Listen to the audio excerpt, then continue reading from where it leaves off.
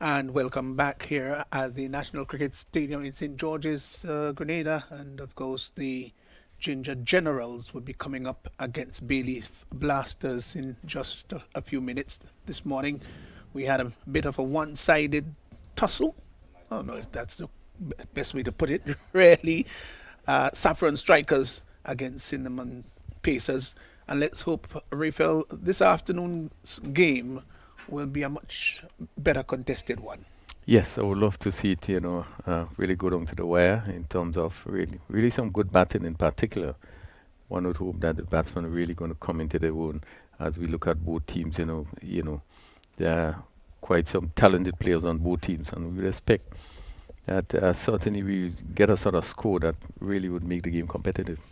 Yes, a little later on we're going to give you the lineup, but we will go and get a bit of the toss.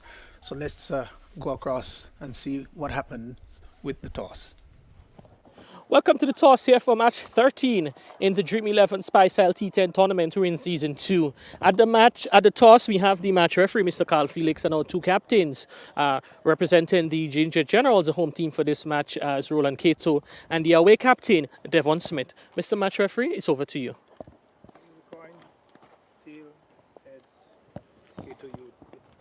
Cato tosses, and the call is for a head, and it is a head. Bailey Blasters, Devon Smith, some quite good luck this year with the toss. Yeah. We definitely have a ball first. We have seen that teams chasing has a good luck in the tournament. That was a consideration with bowling first. Yeah, we just try and bowl them as well as possible and back our batting to go there and get the runs. Bailey Blasters certainly on a high, 4 matches, 3 victories, 1 loss. I'm looking to make it four today. Yeah, we're just trying to take one game at a time. Once we play good, in all aspect, batting, bowling, and fielding, there is no reason why we shouldn't come out victorious. In terms of the squad, any changes, or is it going to be an unchanged team? It's an unchanged team. All right, well, Devon, all the best to you and the Bailey for this match. Thank you very much. Roland Cato asked to bat first on this wicket. We have seen your batting has been a bit hot and cold, a couple of good scores and a couple of scores where you have struggled. I'm looking to put it right today. Yeah, most definitely. For the last 2 games of our opening partnership, we did a very good job. So it's all about the guys coming behind to come and contribute more than we had in the last couple of games. All right, batting first on a wicket, I'm sure you probably would have wanted to bowl second, knowing how good the wicket has been playing. Yeah, most definitely. If we win the toss, we'd have sent them on bat. We'd have bowl first. So, them sending us on bat is not something that is new to us. For the last 2 games, we have been batting first. So it's about coming out here and doing better than in the last couple of games. You have a battery of slow bowlers in your ranks. What total you think might be a good one your bowlers would be able to defend later on? We're looking to get something like over 120. We have Javel Simples in, so we have an extra pacer in our attack today. All right, well, Roland, we want to wish you and the Ginger Generals all the best of this match. Thank you. All right, so that was the toss. Just to recap the toss, the Bailey Blasters, they've won, and they've asked the Ginger Generals to bat first. So in a few minutes from now, of course, those two teams will be locked in battle. Ginger General coming up against Bailey Blasters. The news is that Bailey Blasters, they've won the toss, and Devon Smith have decided, well, you know what, we're going to field. So Blasters have won the toss, and they've elected to field. So let's look at the Blasters lineup. Devon Smith, of course, is the captain. Amical Dubisset, Caden Felix, Kareem Hodge, Devonnie Smith, Shaman Lewis, Nilon Pascal, Jelani Robinson, Richard Rogers, Dennis Smith, of course, behind the wicket, and Nkosi St. Hilaire. What's your lineup for Ginger Generals, Refill? Ginger Generals, Roland Cato, captain, Samuel Charles, wicketkeeper, Larry Edwards, Denroy Charles, we are seeing Denroy Charles in for the first time, Johan Jeremiah, Daniel McDonald, Kimani Milius, Kimo Peters, Nicholas Redder, Adrian Thomas, and Javel St. Paul also in for his first game. Well, you know what? I think that these two teams are evenly matched. They've got some experience there, no question about it. And this match can really go anyway. It's the 13th match of the tournament, and it's going to be played in bright sunshine. Tomorrow, God willing, Refill, we've got 3 matches, so it's going to be a long, long day for us. Yes, tomorrow, three fixtures tomorrow. So we expect it again to be pretty competitive. As we look at both teams, and we look at Bailey Blasters, two both of really some top players, Devon Smith, and we expect him to continue to do as he has been doing. Um, we also have on that list the likes of Kavem Hodge, a really tremendous player. So these are two players we probably will look forward to see. The bowling of Sherman Lewis, he did bowl very well yesterday, and he seemed really to getting into his own. So they both of some players say that has played at the highest level in a regional tournament, and one would expect that they would really perform. So the Ginger Generals, Keto, captain, and he's one to look forward to. Johan Jeremiah has been really impressive in some of the innings that he has played, and Kimani Milius. So in terms of the batting, they seem, look pretty balanced. Yes, looks pretty balanced. I do say I really, really love Johan Jeremiah. He's a good, nice, fine Dutch player. Milias, sometimes I'm a little bit disappointed with him. I know he's a naturally aggressive player, but I think he has to develop the art of being more selective.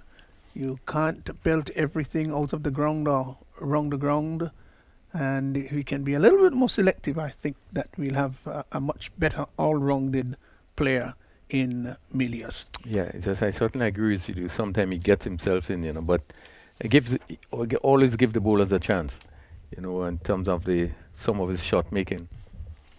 Well, he certainly has an opportunity here to show his strength and show his capability in this version of the game. So in case you've just joined us, Ginger Generals versus the Bayleaf Blasters, and Bayleaf Blasters, they've won the toss and decided to send Ginger Generals in there to bat, who of course is skippered by Roland Cato. Cato himself is due some runs. Yes, definitely. I think we haven't seen him really come into his own yet. He was one of the players that scored pretty well in the first edition, and I think we're still waiting to see him, get into his own. I think it would be important for him to give the Ginger Generals a really good start. He will need to settle down, and he will need to bat as long as possible. Yeah, Rafael, your whole assessment of the tournament so far, though. Well, I'm happy with the way the tournament has run. It has run pretty smoothly. Really, there's no hiccup of note that one could speak about. A little disappointed with the batting. I think that's the area to me that I'm pretty disappointed with. When we look at some of the players that is on and some of these teams, we have quite a bit of volcano players in this tournament. I think much more than we had in the first edition, which tells me we have more talent, but we are not seeing it come through. Our top batters are not really coming through. What seems to be happening is that, and not necessarily good bowling, but a lot of bad shots that have been played. So team deliveries that should be put away, but we find that those batsmen are rushing into playing those shots, and as such, not being able to get into the right position to play the shot, and not really getting use of of hitting it with the bad balls.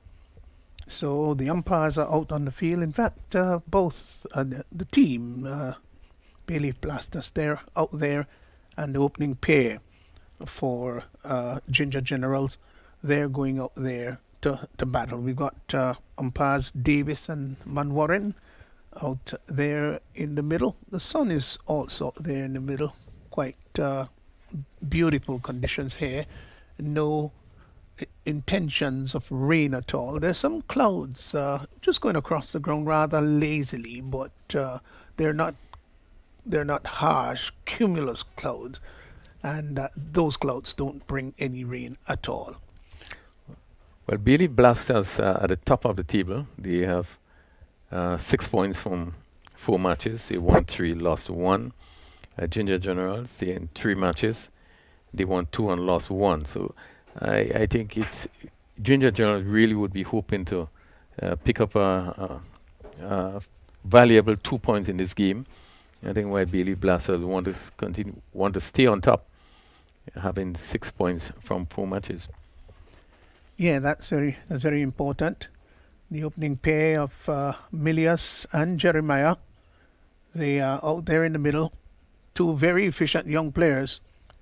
And let's see whether they can get their team, Ginger Generals, off to a good rousing start.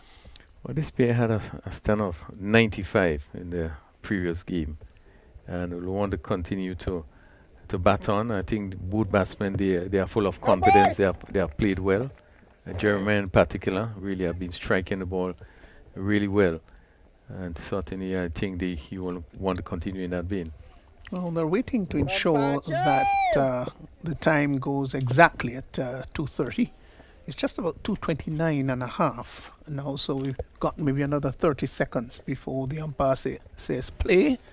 And yes, so the thumbs up now. It's time to go. Kaveem Hodge is going to be moving in to bowl to Milius. Here's the first ball in this match. As Hodge bowls to Milius. Milius is wrapped on the pad. There's an appeal for leg before. Not out, says the umpire.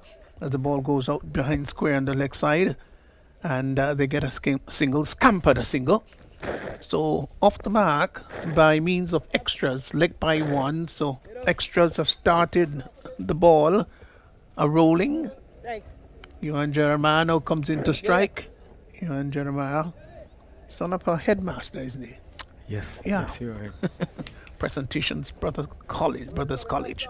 Here is Kaveem Hodge, just dabbles his hands into the dirt just to make sure it's as dry as possible. In now, and both to Jeremiah. Jeremiah gets a delivery that he pushes out on the offside. Made a few exploratory steps as if wanting a single, but Milius quickly sent him back, quite rightly too, as the fielder was coming in very quickly from extra cover. Hodge in once more, and both to Jeremiah. Jeremiah is off the back foot and looking to pull. That must have come on to him maybe a little quicker than anticipated. Yes, it rushed onto him there, and they really hurried him up. Yes, he was late on the shot. Hodge again to Jeremiah. Jeremiah is coming forward and driving well, smoothly. Their runs here, they've gone for one. They will come back for the second. The return comes in to the keeper's end. It's just pushes the keeper back a bit, and the batsmen have time to cross for two. So 2 runs to Jeremiah. He's gone off the mark, and the total is pushed on to 3 without loss. Well played by Jeremiah. There was not much of a gap there, but he really placed it well. Hodge to Jeremiah. Jeremiah is off the back foot and pulls it, didn't cue it all that well. Looking to hit that behind square on the leg side. I think he would be unhappy with the result of that. Certainly wanted to pierce that backward square area. Hodge again in, bowls to Jeremiah. Jeremiah is coming forward and lifting that straight. That's a fine shot. That's a magnificent shot for 6. Beautifully picked up. He got right under it. And tell you what, that top hand really led, and he lifted it straight and handsome over the boundary line, over the bowler's head. 9 runs coming off the over, because that was a lovely 6. And he himself, that's Jeremiah, he's gone to 8. Yeah, lovely shot by Jeremiah. He didn't do anything too much, but played straight and got to the pitch of it and really lifted it nicely back over the bowler head. Safest place you could hit. There's no feeler there. But even though there was, he cleared the boundary for 6. It was quite beautifully struck. Kept his shape, didn't try to overhit it, but it hit the meat of the bat. Willow and leather kissed each other, and it went straight back past the bowler over his head for 6. Yeah, pretty good time of the ball. Yes. So he clears the boundary with ease, and this is not necessarily a small boundary, but he really does it well. Yeah, he really hit that very well indeed, crisp and clean. So the veteran in Neelan Pascal is going to get ready to bowl to Milius. There's a short third man and one right back on the boundary, so they're basically, well, that extended almost like a fly slip. Here is Pascal in, bowls to Milius. Milius is in defense, pushes it out on the offside, and immediately Johan Jeremiah calls him through for the single. Gets it quite comfortably. Good rotation of the strike there. The score has now gone into double figures. 10 without loss brings the left-handed Jeremiah into strike as the field changes over to accommodate him. So the third man is going to be pushed right back on the boundary. There is a backward point, conventional cover, mid-off, mid-on. Mid-wicket is somewhat on the straight side. There's a deep forward square leg. There's a backward square and a fine leg inside the circle. That's the field for Jeremiah, as it's Pascal from the far end, who moves in and bowls, and he is flashing at a delivery outside the off stump. I guess his eyes lit up, and didn't make contact, and is collected behind the stumps by Smith. Yeah, and what was so important there is that the foot came across. He played over it, so he basically was in the right position, not pulling away, but that foot went across, tried to hit it down the backward square, and it just teed down a bit, and he missed the shot. Pascal again once more. He's there and bowls to Jeremiah. Oh, that was an absolute beauty. What a wonderful delivery that was. And you can see him pushing and feeling for it. And the ball just rushing past the feeling, pushing blade. And the keeper collecting behind the stumps. The total remains on 10 without loss. Yeah, good delivery by Pascal. You know, after being roughly treated in one of the games, he came back yesterday and did pretty well, picked up 3 wickets. And this particular delivery really pitched on a good line. Jeremiah, they look in the play, and he really left him.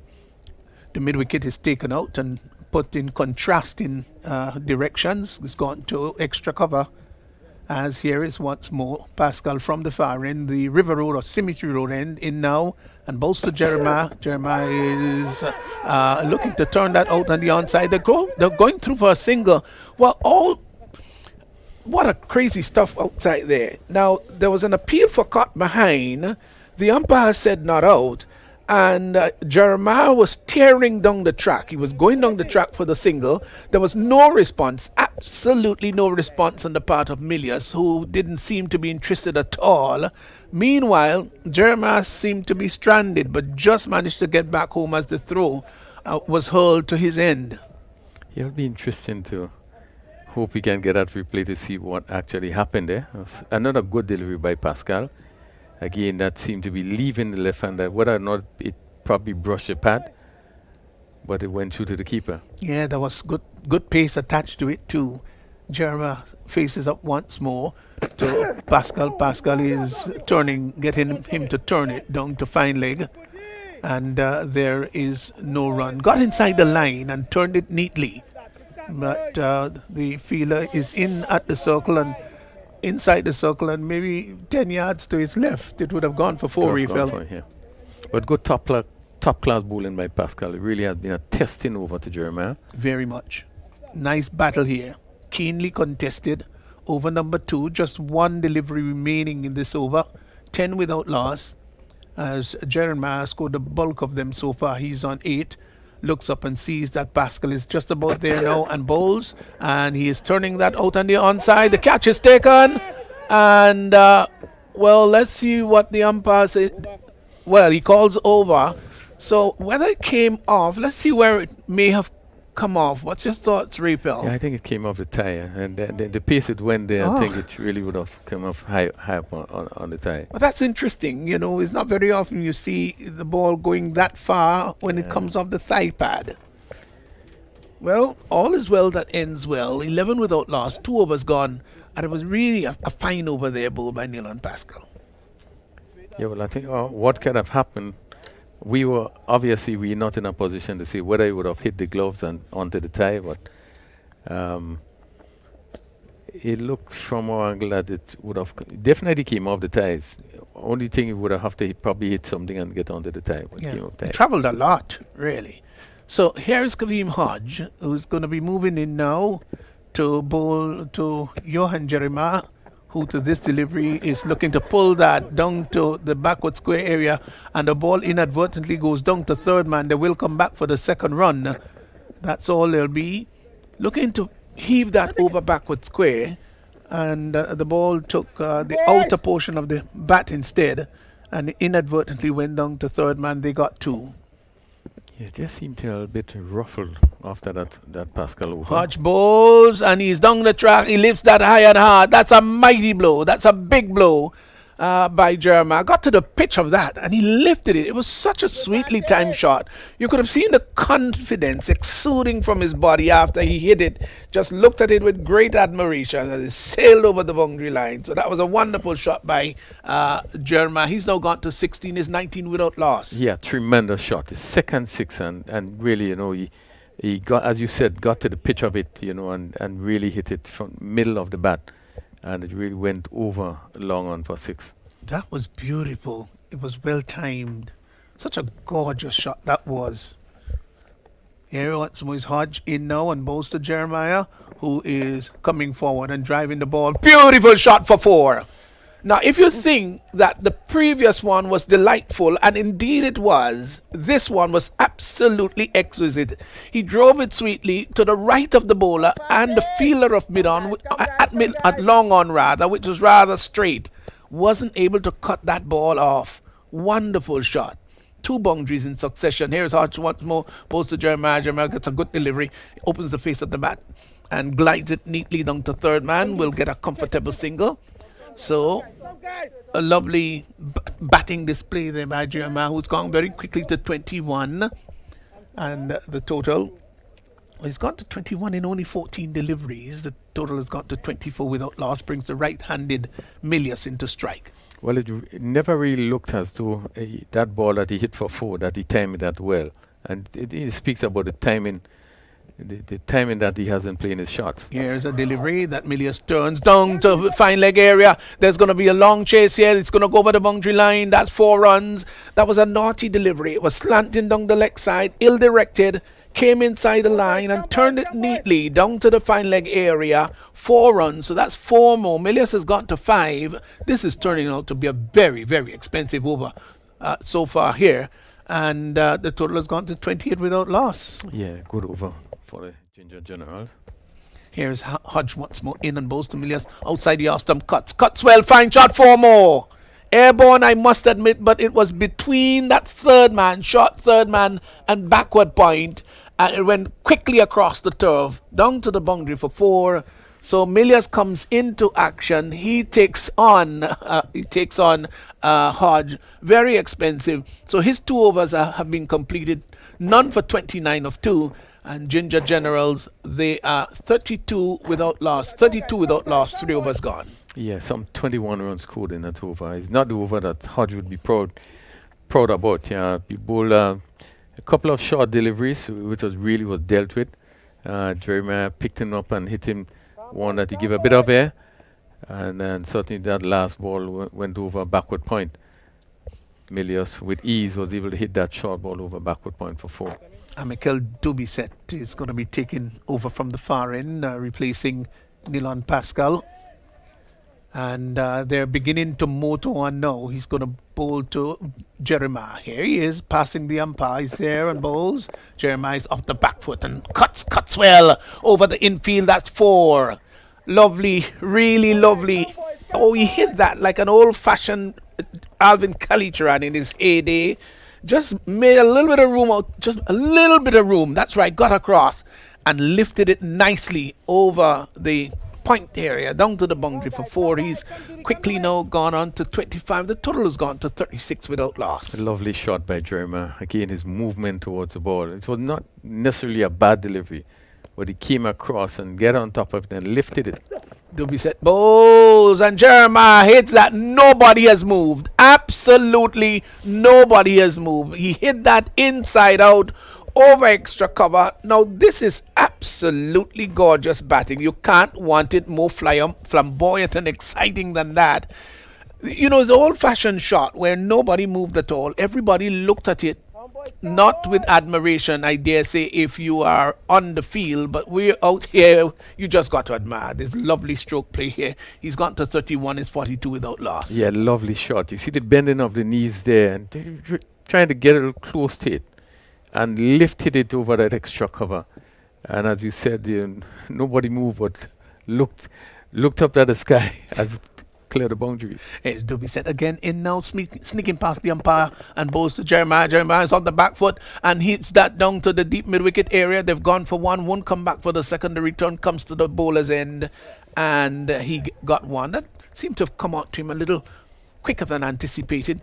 Might have been slightly late onto the shot, but tugged it in the end down to the strictish mid-wicket, widest long on preferably, and he was able to get 1. So 1 more to his total. He's gone very quickly now to 32, and Milius, who is 9, now comes into strike. The current run rate is 12.29, which is rather healthy indeed. Yeah, they will want to continue that run rate. It has been so far a very impressive start. 43 without loss. We still in a power play in the fourth over. To be set, balls to Milius. There's an appeal for caught behind. Appeal for caught behind. Got him out. Gone. Well. I thought that was extraordinarily belated. The appeal went up, and the umpire remained, well, for a moment as constant as the Northern Star. But I think Smith was he was convinced that the batsman was out, and he kept appealing, and several of the other close-in fielders in the cordon were going up in thunderous appeal, and then the umpire said, you know what, I think that's out. So they've lost the first wicket. Milius has gone for 9, is 43 for 1. Yeah, he will feel a little bit disappointed there. The umpire, at times they have to make a split decision, but a bit belated. It does look as though it came off the tight pad. Well, I think Smith was very convinced that he was out. So the dangerous Milius has gone. Caught had a wicket. The bowling of Dubisset, he's gone for 9. The skipper has come in. That's Roland Cato. And we need a skipper's knock from him today. At least he knows he needs it. Well, there's enough time. We just into the fourth over. And it's important as a captain that he settle down and will play a captain's inning. Well, here he is facing up to Dubisset, and he is coming forward and driving. Doesn't make contact. Screaming, shout out, how's that, behind the stumps. And Smith, of course, is standing up. He's such a wonderful wicketkeeper, is Dennis Smith. He's got good reflexes, reads the game very well. His glove work has been quite remarkable. We're into over number 4, just a 1 delivery remaining in this over. Dubisset 1 for 11, wheels around from the top of his mark, leans forward and passes the umpire now. Bowls. Cato is coming forward and driving well, fine shot, and that's going to go all the way to the boundary. 4 runs. Well, he drove it nicely, and the field at mid-off really came across. Maybe you may argue he should have cut that off, but again, it was neatly timed too. And so Cato is off the mark. He's gone to 4, and the total at the end of the over, 4 overs gone, is 47 for 1. Yeah, you're right. The field at mid-off, they just a little bit slow in getting across, and you can see him just looking to stretch what went past him. And good shot by Cato. He kept it all along the ground to an over-pitch delivery and stroked it down to long off for 4. So the power play has been completed, and 47 yielded from the power play at a run rate of 11.75. You happy with that, Rico? Yeah, it has been a good start. 47 in 4 overs, I think is a good start. Unfortunate, lose the wicket of Milius. But certainly a good start. It's a start they can build on. Jeremiah is looking good, playing very well. Now have the captain with him. They should look to bat as long as possible. Sherman Lewis is going to be bowling from the northern or Dabo end, and he's going to be bowling to the exuberant, exciting Johan Jeremiah. Looks up, Jeremiah sees him coming. He's there now and bowls, and Jeremiah is coming forward and driving the ball up to long off, gets a comfortable single. Got to the pitch of that one. You can hear the grunting of Sherman Lewis, a feature, of course, of so many of our fast bowlers these days. You can hear them grunting. Pascal grunts, Lewis grunts. So many of these fast bowlers are grunting. Even some of the spinners, in fact, are grunting too. So the total has gone to 48 for 1, brings the right-handed Cato into strike, who's 4. Jeremiah is 33. As here once more is Lewis with the number 83 jockeying on his back. He's there now and bowls to Cato. Cato turns it neatly. Lovely shot. Just forward of square. The mid-wicket fielder comes off the boundary rather quickly and sends the return to Smith's good services there. But the batsman had time to cross for 1. So 1 more to Cato, who's now gone on to 5. And the total is pushed on to 49 for 1. So the 50 just looming. Not so much in the distance, just ahead. Yeah, you're right, just ahead. 49 in the 5th over. Here is once more Lewis bowls outside the off stump. No ball. Signaled by the umpire. Guilty of overstepping. That's a cardinal sin when you're playing this kind of cricket. And the free hit is going to be called. So Shaman Lewis there, just guilty of overstepping. But what we have seen, Raphael, in the tournament so far, the free hits have not yielded a lot. Yeah, no one seemed to have taken the benefits of the free hit in terms of boundaries. Lewis now in and bowls to Jeremiah. It's a free hit, and Jeremiah looking to scoop that. And it was pitched outside the off stump. It didn't make the kind of contact he wanted. Took more the outer portion of the bat, went down to short third man, but they got a single. He has taken his individual tally now to 34, and the total is pushed on. Ginger Generals, they're now 51 for 1, brings the right-handed Cato now into strike. Just the third man, there two fielders, they're sweeping on the offside. One is a deep backward point and one is on the conventional sweeping position on the boundary. Covers. Here is a delivery that he's looking, just coming inside the line is Cato, looking to work the ball out on the onside. And it might well have been a slow one too, Refill. Collected down the leg side by Smith, but would not have been called a wide because we get the distinct feeling that it might have just brushed the pad on its way through. Yeah, a good call by the umpire Roger Davis, as Cato moved across. Again, probably trying to tickle it, but a slower delivery again. Was not able to make contact, but didn't pass far from the leg stump. Lewis in bowls to Cato. Cato is in defense, pushes the ball up to mid-off and gets a comfortable single. Well played, well bowled too. Good all-rounded cricket. And the call was also early. 1 more to his total. It's now gone on to 6. And the total is pushed on to 52 for 1. The run rate 10.70. And they will want to keep that up there as much as possible. Yeah, I don't think they would want to drop under that. But this over has been a good one by Lewis. Keeping it very quiet. Lewis is in to bowl to Jeremiah. Jeremiah is off the back foot and cuts well. Fine shot. That's a great shot. Wonderful shot for 4. Now listen, folk. This guy is a special player. He really is a special player. Shot outside the off stump. And just looking at the replay now, off the back foot, Brian Lara. And he hit that so very well. So very well. The timing was great. The power was great. And the geographical location was also great. Carried it over the boundary line. The over comes to an end. We're at the halfway stage.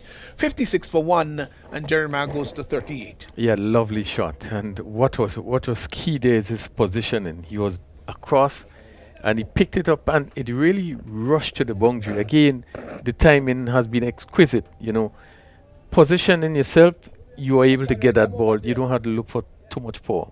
But there it was the timing. And it really raced across the surface for 4. A really good shot. We would have looked at the tournament, and there are two, in my view, two batsmen. They're all left-handed that times the ball sweetly. And Yes. he's one. Arsenes is the other one, is it? Artenis is the other one. These two players, they can really bat. They're beautiful on the eyes.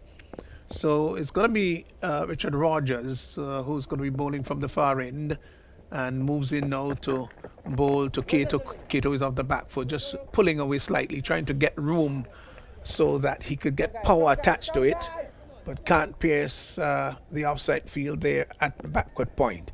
Here he is once more. In is Rogers and bowls to Cato. Cato is coming forward. The ball takes the inside portion of the bat, it looks, and will go all the way down to the fine leg boundary for 4. Let's wait and see what the umpire would signal. What is he signaling? That's 4 runs. So it took the inside edge of the bat and went between the batsman and the leg stump. And it went down to fine leg for 4. A shot in the dark, they call it. But it yielded 4. He's taken his total to the double figures. He's now got to 10. It's now 60 for 1. Yeah, well, Roger just seemed to get a bit of turn there as he came forward. Rogers bowls and Cato lifts that one high and hard. Going, that's gone. 6 runs. Got right under it. Got the treatment it deserved. Got it on the half volley and lifted it sweetly over long off.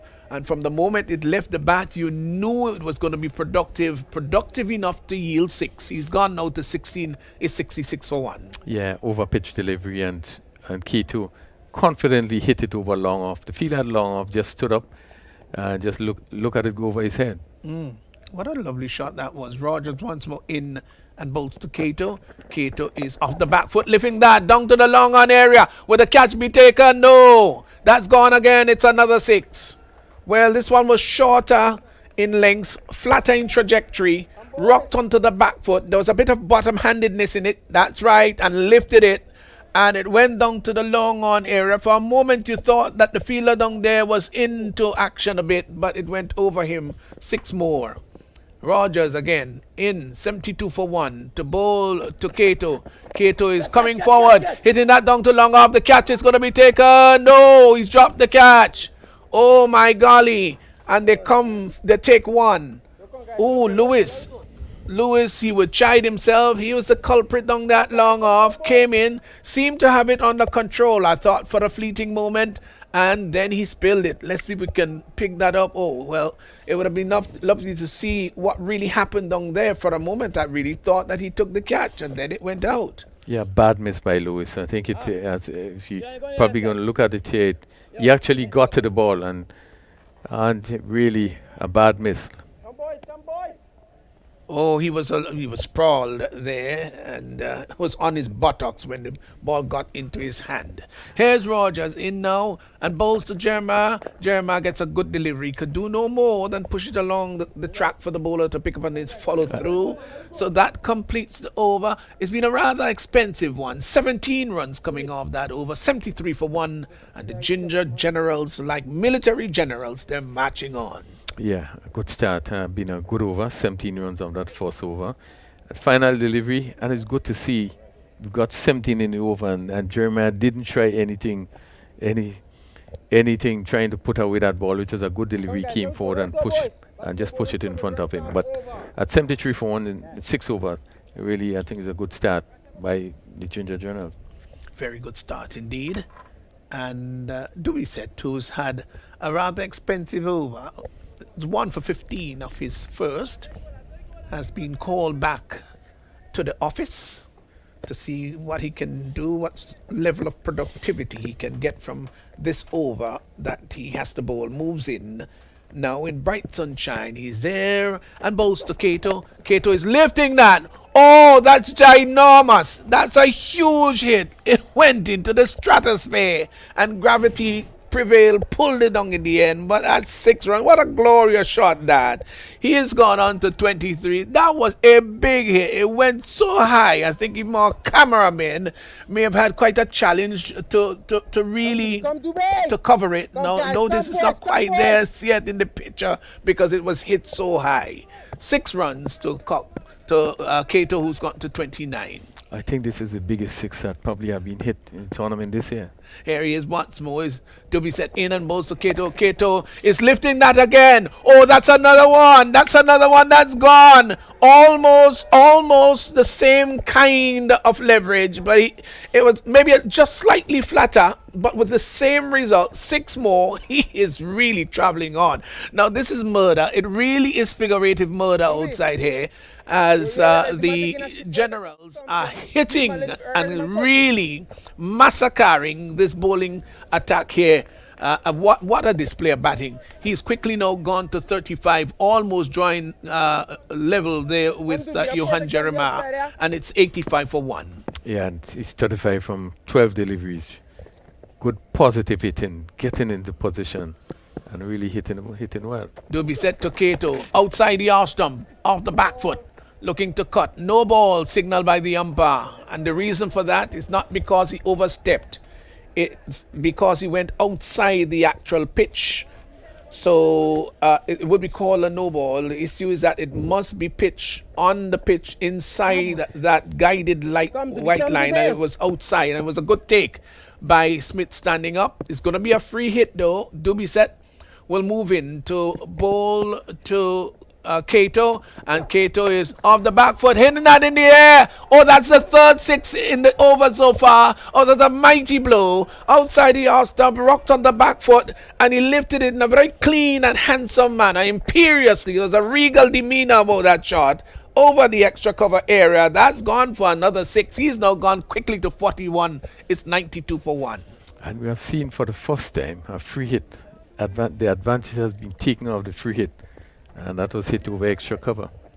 And listen, ladies and gentlemen, it's not slogging. Let me tell you this, it's not slogging. These are good, authentic, genuine cricket shots. Here once was Doobie set in and bowls to Kato. Kato is hitting that down to long on. That's going to go for 6-2. Oh, maybe not as big as the other three, but equally significant. 6 runs there. Oh, what bad treatment, what massacre, what danger down here. And he went down on one knee. There was a little bit of bottom-handedness in that and lifted it over long on. That's gone for 6. He's gone to 47. It's 98 for 1. We're in over number 7. Yeah, very expensive over. 4 sixes has been hit in this over. Kato is really putting on a show. And still 2 more deliveries to go. Oh my, Doobie said, what can the matter be? In he is now, and balls way outside the off stump. And Kato was looking to hit that over extra cover. You know what? It's another free hit because it was outside the alignment of the pitch. And the ball, in fact, did go down to the third man area. He got connection to that, didn't he? Come on, guys. Come, guys. Come, No? guys. Oh, he didn't. I thought he had gone down to the third man area, but it was a great stave Let's go, then let's go. by Smith. Thought he might have parried it, but no, he didn't. So 99 for 1. This is going to be another free hit. As here once was Doobie said, he hopes that maybe the earth can open up so he can swallow him. Moves in now to bowl to Kato. 99 for 1. He's there and bowls to Kato. Kato is coming forward and hitting the ball down to the mid-wicket area. They've gone for 1, won't come back for the second. They didn't hustle for the single at all.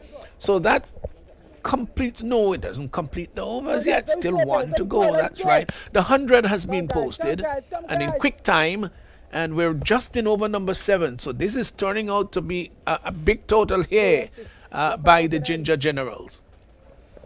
Doobie said, what will he tell his friends and family at the end of the day's play? Moves in now and bowls to Jeremiah. Jeremiah is off the back foot and carts that one down to backward point. They've hustled for 1. They're coming back for the second and taking his eyes off the ball. And that's when you put pressure on the fielder. So that completes a rather expensive over. Raphael might just tell me how many runs came off that over, but what I do know is 2 overs for 44. Doobie said he would not look at that analysis at all, maybe for the rest of his life. 7 overs gone, 102 for 1. Yeah, good position, Ginger General. We had 29 runs coming from that last over. Doobie said in his 2 overs going for 44, but really had been really positive and good hitting by Kato. 4 sixes in that over. And again, you know, he's getting into the right position to play the shot. And we saw him hit, in my view, one of the bigger sixes in the tournament.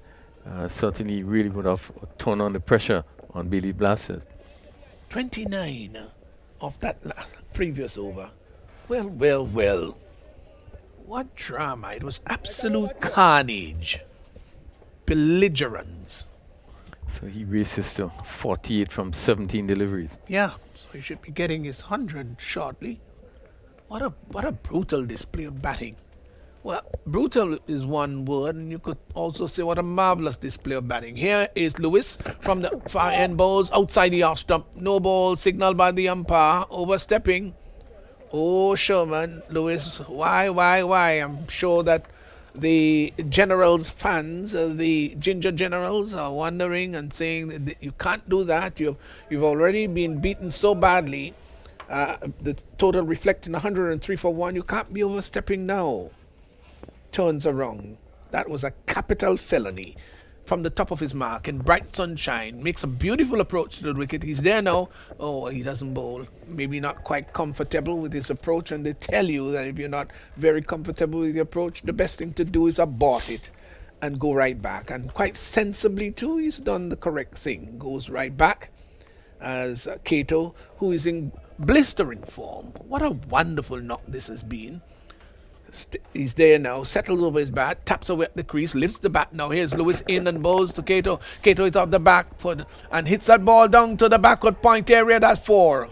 That's four. Well, you know what? He cleared the front foot and opened up himself, gets a half century. What a wonderful display of batting that. 52 of 19. Believe it or not, 52 of 19. And the Generals, Ginger Generals, oh, they've gone to 107 for 1. What a fine display of batting here. Yeah, he really smashed that ball through the cover. There was a feeler right on the cover boundary. And with a few steps, really couldn't get across. Really hit that sweetly through the offside. Lewis bowls off the back foot, cuts down to third man this time. He won't get more than just a single. So 1 to his total as the ball was hit rather fine there as St. Hilaire came off the boundary. So 1 more to his total. It's now got to 53. The left-handed Johan Jeremiah, who has had the spotlight taken off him over the last 2 or so overs because it was all Roland Cato. But here he is now. He would want to get a half century too, I would think. Turns once more. Is Lewis from the top of his mark, begins to move in, brushes past the umpire now and bowls to Jeremiah. Jeremiah hits that inside out down to the extra cover area. They've gone for 1, will come back for the second quite comfortably too. The return is intercepted there by Devon Smith, and the batsmen they canter for 2. So 2 more to Jeremiah, who's now got to 42, and the total has moved rather smartly on and attractively now to 110 for 1. As Jeremiah again will face up to Lewis. Over number 8 in progress. Moves in to bowl to Jeremiah. Jeremiah is pulling that in the air. I think this is going to be taken. Devon Smith gets on the right. Oh, he's dropped the catch. Believe you me, he's dropped the catch. And they come back for the second run. What made the matter be, really? It was not the hardest catch in the world to take. And I've seen before so many catches dropped which supposed to be rather simple, but somehow Devon Smith, I don't know, maybe he took it a little bit too low. Should have taken the ball much higher than he did. Well, I think he was wrong-footed. He didn't come into the catch with confidence, and as you see there, that his both feet actually was. He seems as though he sort of slipped.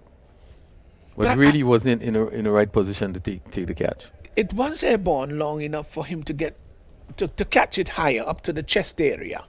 I think he allowed the ball to drop much too close down to the knee area before he attempted to catch it. 112 for 1. Here is Lewis in now and bowls to Jeremiah. Jeremiah is lifting that down to the extra cover area. 1 bounce before it gets to the fielder, and they do get a single. So he has now pushed his total on to 45, is Jeremiah, and the total has gone to 113 for 1. Just a 1 delivery remaining in this over. And Cato, who has been absolutely outstanding and who has struck the ball with great magnificence and has hit it rather hard and clean, comes in to strike.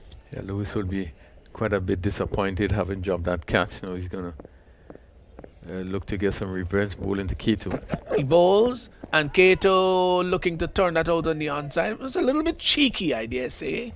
And they get a single leg by as the ball did cannon into the pad and then dribbled out behind square on the leg side. So that completes the over. 8 overs gone. 114 for 1. 114 for 1. Cato is 53.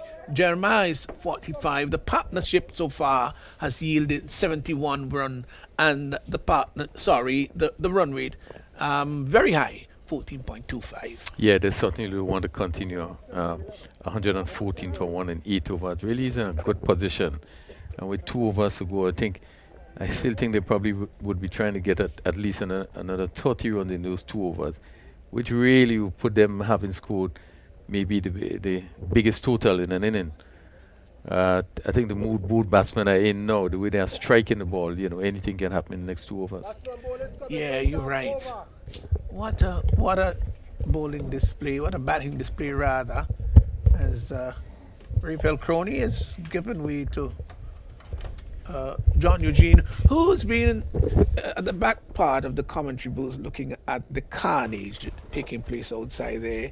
And John doesn't always say a whole lot at times, but I wonder what was going. John, what was going through your mind there? Afternoon, Stevenson. I was just enjoying the batting. Pascal is in and bowls to Cato. Cato is off the back foot, cuts the ball down to the sweeper position. They get a single, comfortable one. He's now gone on to 54, and the total has moved on to 115 for one. But it's not slogging, just being good cricket shots. Yes, good positive shots there by Kito and Jeremiah. It's really nice to see good batsmanship, because I think both myself and Crony this morning was calling for that. Yes. You got it? Yes, I got it. There is Neelan Pascal from the Northern Odabo end would move in now to bowl to Johan Jeremiah. Jeremiah is tugging that behind square on the leg side. It's going to be a chase here. It's going to be cut off just inside the boundary. They're going to come back for the second run. So 2 more runs there to Jeremiah. Takes his total to 47. And the total has moved on to 117 for 1. So he would like to get to that landmark. He would like to get to that landmark of 50, 47, 3 short of that. We're in over number 9. There, bowled by Pascal. Moves in now and bowls to Jeremiah. Jeremiah is getting a Yorker-like delivery right up. And came down very heavily on it.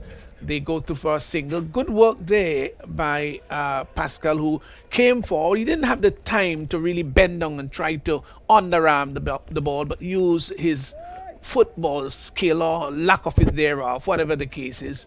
But the batsman had time to scurry home, 118 for 1. Yes, Pascal showing all his experience, follow through after bowling a very good Yorker and then trying to create a run out. He has bowled well, hasn't he? Yes, this is into his second over. And just the 5 runs in his spell so far, in contrast to the other bowlers. Here he is once with Pascal in and bowls to Cato. Cato is getting a Yorker-like delivery and hits it down to long on, gets a single. So 1 more to his total, Cato. This is good bowling, isn't it? Yes. Really good bowling. Definitely good bowling from Neelan Pascal, going right up in the block hole. 119 for 5. Cato is 55.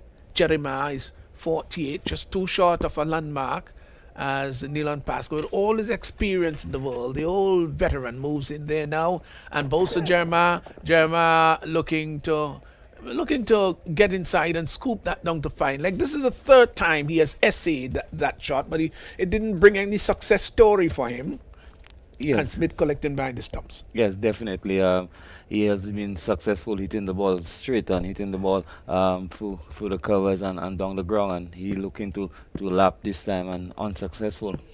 Pascal again in and bowls to Jeremiah. Jeremiah is pulling that down to the deep forward square area. Now they've gone for 1. They're going to come up for the second. The return is coming to the non-strikers end, and there was Smith calling out keeper's end.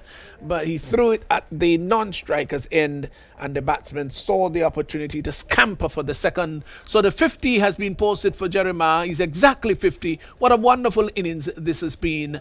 And the Ginger Generals, after some 9 overs, they're 121 for 1. And as Raphael Crony did say, they probably get up to 130. Yes, a very good innings by Johan Jeremiah. He has batted well throughout the tournament so far, and on this occasion posting yet another 50. But in the contrast, a very good over bowl by Neelan Pascal. Yeah, very good over. And after 2 overs, Pascal has picked up none for 8. Would you believe this? None for 8. Just tells you the importance of experience. Well bowled, Neelan Pascal. Ginger Generals 121 for 1. So this is the final over. Bowled. Here's a delivery that he was looking to hide that down to over long on. Didn't make contact. And the keeper maybe just taking it on the pad. Both batsmen going down to have a mid-wicket conversation as Rogers once more from the far end moves in to bowl to Cato. He's there now on bowls, and Cato is lifting that down to long on. Will the catch be taken? No. They won't come back for the second. Thought about it. The return comes into the keeper's end, and they stay for one. So one more to Cato. It went over, well, to the direction of long on, and Pascal was coming in, but didn't have a chance at all for a catch. I think Devon Smith was somewhere there at mid-wicket, and the bowler was also running back, but it fell in no man's land. So Jeremiah, who is exactly 50, faces up to Rogers, way outside the off stump. Wide signal by the umpire, well kept there by Dennis Smith, who's really had good glove work. Yes, Dennis Smith, quite competent Really? behind the stumps. It's looking really good. In once more is Rogers and bowls, and Jeremiah hits that down to the long on area. This time the catch is taken, and Lewis coming forward, he says, well, I'm not going to make the mistake that I made earlier on. So Johan Jeremiah goes after a wonderful knock, a knock of 50, finally cut down there at the long on area of the bowling of Rogers. He is gone for exactly 50. It's 123 for 2, and maybe it was just a little too late.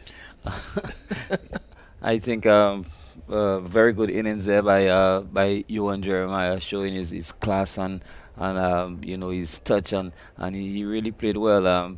And 123 for 2. Stevenson, you think it's too late? I heard you said it's too late, but we also have to spare for the field inside with all his experience, batsman Devon I Smith know. and Devon Smith, Calvin Hodge, and even Dennis Smith himself. Yes. So they got a good lineup that can also chase that down. Rogers to bowl to the new batsman in Daniel McDonald, who is clipping that down to the deep mid-wicket area. Cuts 4 runs. Well, I think they'll be disappointed with that. Really disappointed.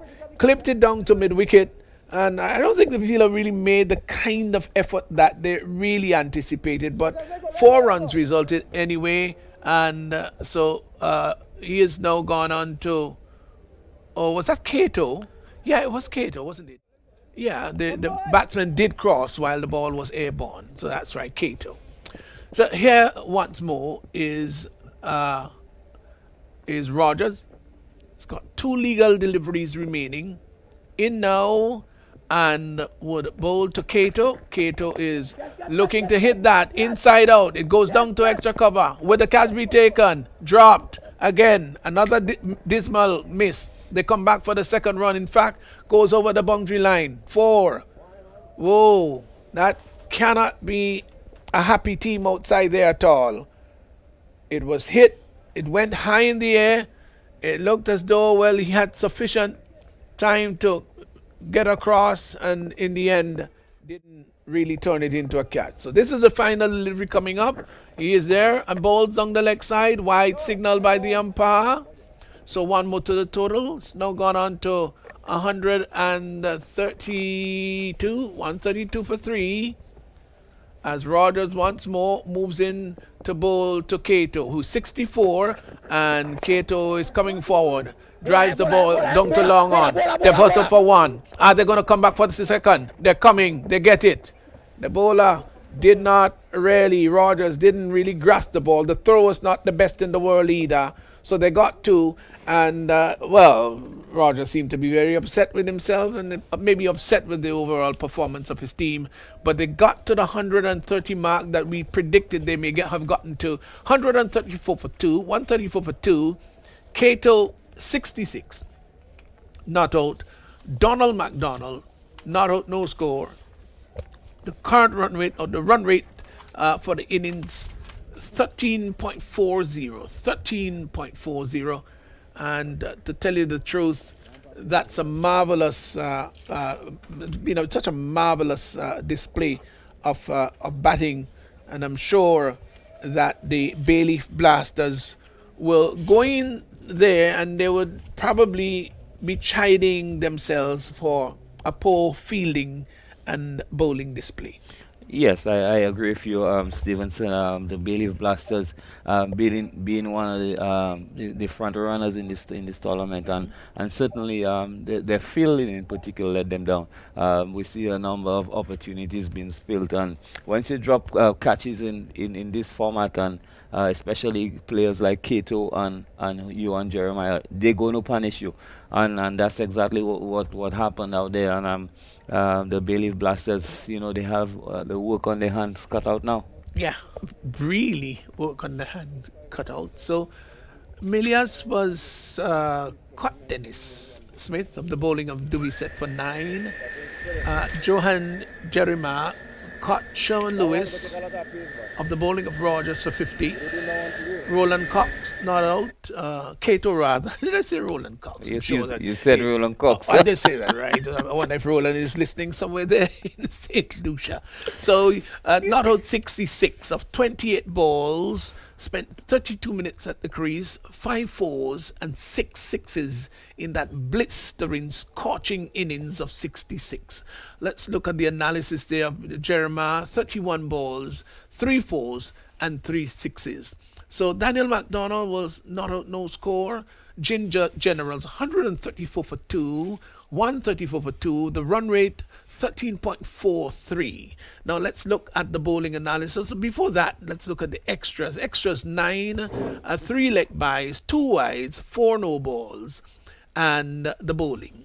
Kareem Hodge 2 overs, no means none for 29. Neil Pascal, what a wonderful bowling display. 2 overs, no means none for 8. Amical Dubisset, well, he was extraordinarily expensive. 2 overs, no mids, 1 for 44. Sherman Lewis, 2 overs, no mids, none for 20. And Richard Rogers, rather expensive too, 2 overs, yielding 30 runs, but picking up 1 wicket. So that's the dismal bowling and fielding display there of the Bailiff. So the Ginger Generals 134 for 2, 134 for 2. And I am sure that the Bailiff Blasters will have to bat extraordinarily well in order to do something special or to overhaul that total of 134.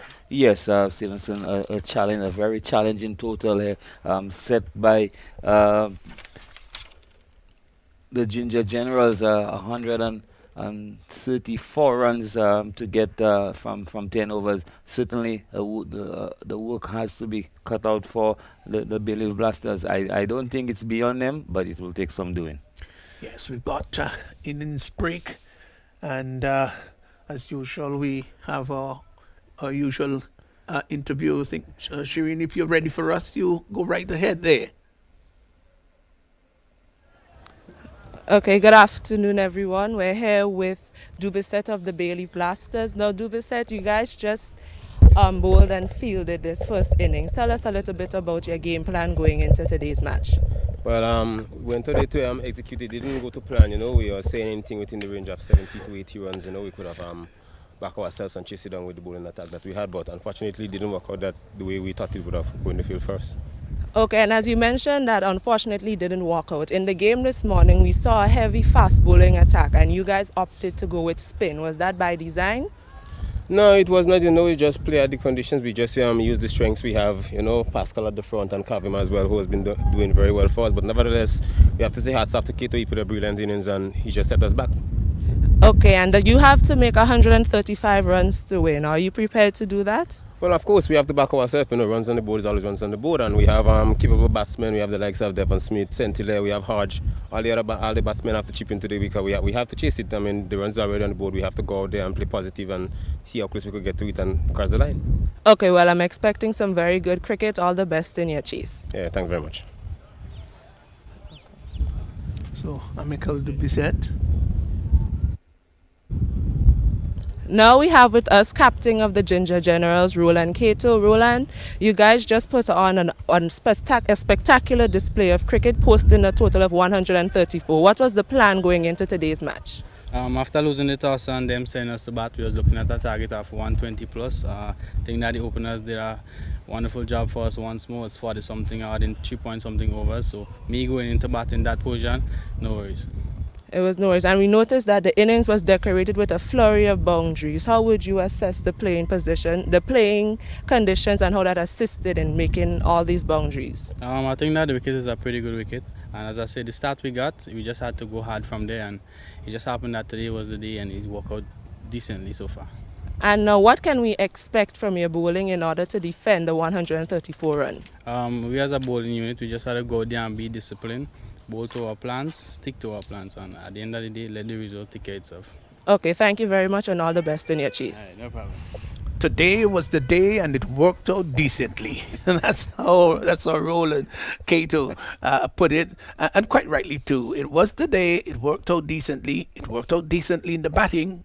They better work it out decently with the bowling. So that's the situation, folk. 134 for 2, 134 for 2 Ginger Generals, and Roland Cato scoring a beautiful knock of 66, and Johan Jerima a wonderful knock of 50. Well, we're going to be waiting for Bayleaf to come and do their response. Whether they're going to overhaul it, come close to it, or fall very short, we'll have to wait and see. Join us then.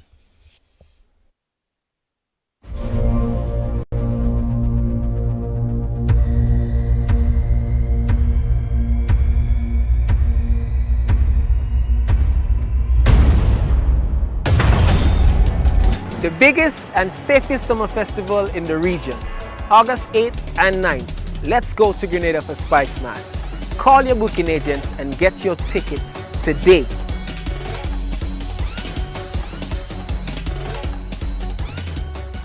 Live from the stadium that delivered that memorable and emphatic win to the West Indies, Grenada, comes the Dream 11 Spice Isle T10 2.0 cricket competition. 30 matches, 14 days of exciting T10 cricket action. 6 teams, only one will be champions. See the likes of the Spiceman, Andre Fletcher, Devon Smith, international players Kesrick Williams, Alec Atanes, and more. Support your team. Love the game. Dream 11 Spice Isle T10 2.0 cricket competition.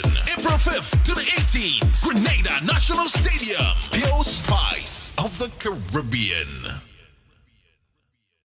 Energy. The world runs on it every day. Good morning. Welcome to Seoul. Hi. Hi. And when we put the best of the Caribbean together with the energy we harness, everything runs so much smoother. Because at the end of the day, it's all about connecting people. Happy birthday, Dad. Sol, wherever your journey begins.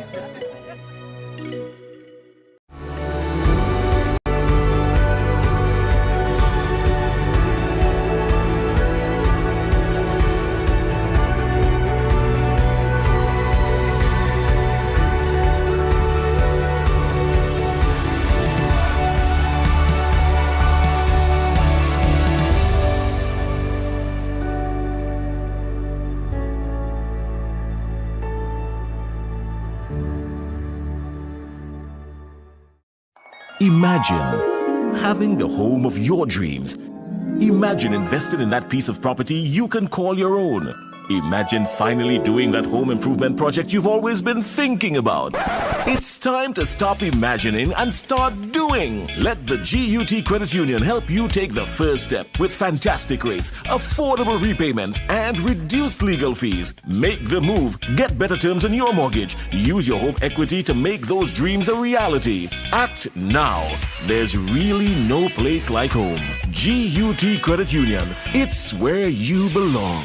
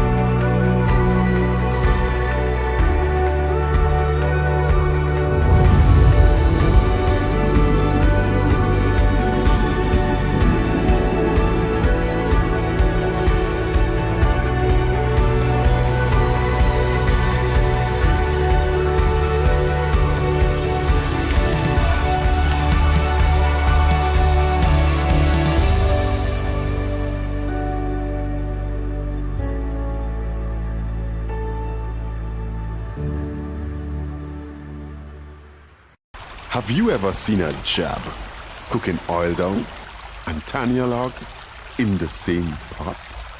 Neither have we until now. But we guarantee there is a whole lot more amazing things to see on your next trip to Grenada. And if you encourage someone to book an adventure to our island paradise, then you can be one of the winners of special prizes compliments the 473 Connect program by the Grenada Tourism Authority. Sign up at experts.puregrenada.com/473connect. Welcome back here at the National Cricket Stadium here in St. George, Grenada. Ginger Generals, as we told you not too long ago, 134, and we're now getting ready for the response of Bayleaf. And so here is the first ball. That is, there's an appeal for leg before as the ball wraps the batsman on the pad, just sliding down the leg side. And the opening pair of Hodge and St. Hilaire and Larry Edwards opening the bowling attack from the northern Dabo end. Moves in now to bowl to St. Hilaire. St. Hilaire leaves that down to the deep backward square boundary, and that's gone all the way for 6. Well rocked on the back foot and lifted that clean and went over the boundary line, 6 runs. So this is a good start. This was just ball number 2. It was short and sat up, and he just swiveled and pulled it down to backward square for 6. So he's off the mark in quite spectacular fashion. He's gone to 6, and the Bayleaf Blasters 6 without loss. Yeah, poor delivery there by Larry Edwards, dragging this one down. St. Hilaire faces up now to that hits in the air, and return catch drop. That really was hit hard by St. Hilaire, and Larry Edwards just seemed to parry it, and well, maybe it just went too far behind him for him to recover. It was powerfully struck. He probably didn't think that it will come back at him, and they got 1. Brings Hodge into strike. So already excitement building up. 2 previous deliveries were excited. One yielded 6 runs, and the other one a drop catch. Edward bowls to Hodge. Hodge is playing that up on the onside. The bowler running across rather quickly picks up on his follow through and sends the return to the keeper. So 7 without loss. This is the first over, and they want to have a productive power play. That's going to be very important. Edward in now and bowls, and Hodge is turning that up on the onside in front of square of the umpire, gets a comfortable single. So 1 to Hodge, who's just come off the mark, and the total is pushed by 1 to 8. 8 without loss. As St. Hilaire comes back into strike. Here is Edward once more.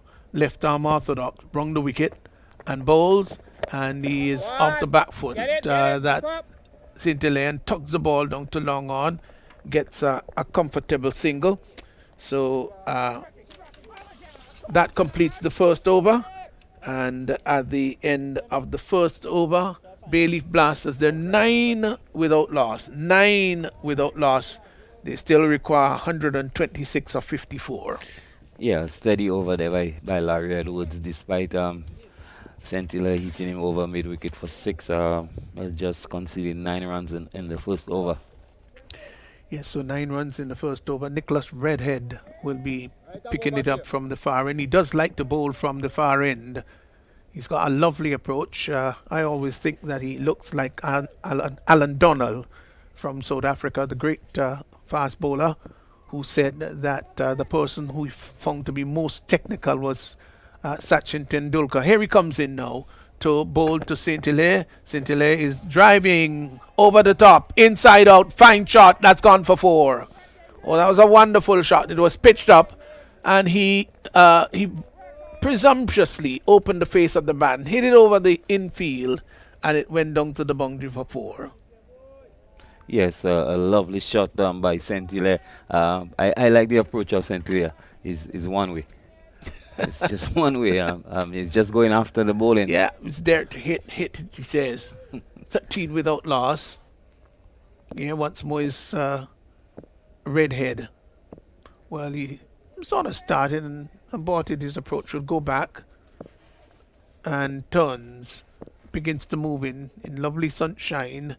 Beautiful approach. He really is a lovely sight to watch at bowls outside the off stump. And St. Hilaire looking to cross back that one. He was looking to hit that maybe through mid-on area.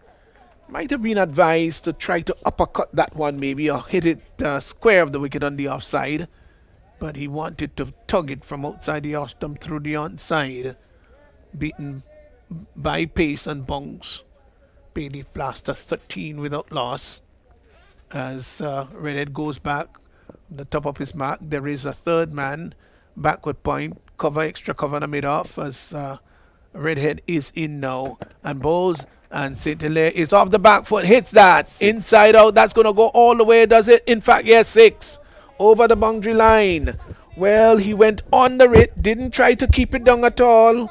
He knew exactly where he wanted to go. You could see him, in fact, getting under it, lifting it rather high and imperiously, and it sailed over the boundary line by about 10 yards, and it went away for 6. So that's a fine start, fine shot.